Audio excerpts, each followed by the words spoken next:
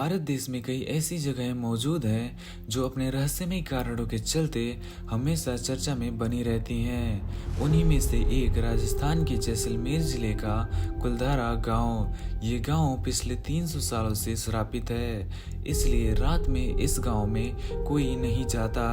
हालांकि ये गांव देसी विदेशी पर्यटकों को काफी आकर्षित करता है और वो हजारों किलोमीटर की यात्रा कर इस मरुस्थल को देखने आते रहते हैं।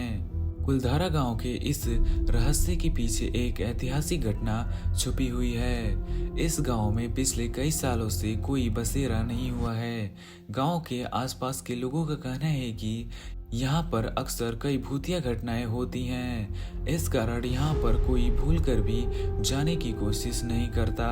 आपको बता दें कि कुलधारा गांव आज जिस हालत में है वैसे पहले कभी नहीं था। ये गांव पहले काफी सुंदर हुआ करता था, लेकिन अब जर्जर हालातों में पड़े यहाँ के खंडहर उस घटना की गवाही देते हुए दिखते हैं, जिसने इस सुंदर से गांव को एक वीराने में तब्दील कर दिया।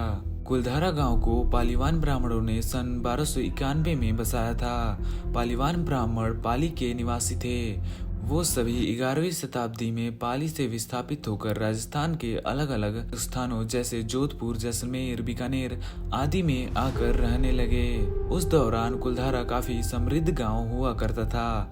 तब ये गांव हर सुख सुविधा में संपन्न था।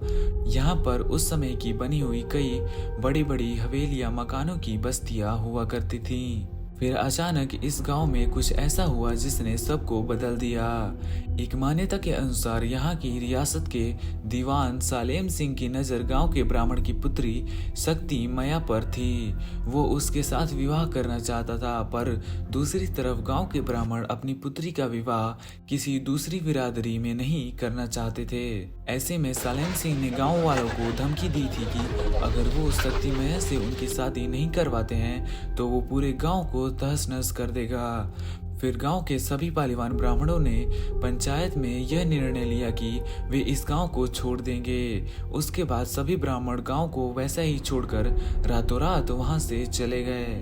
जाते वक्त उन्होंने गांव को श्राप भी दिया कि जो कोई भी इस गांव में बसने की कोशिश करेगा वो पूरी तरह बर्बाद हो जाएगा।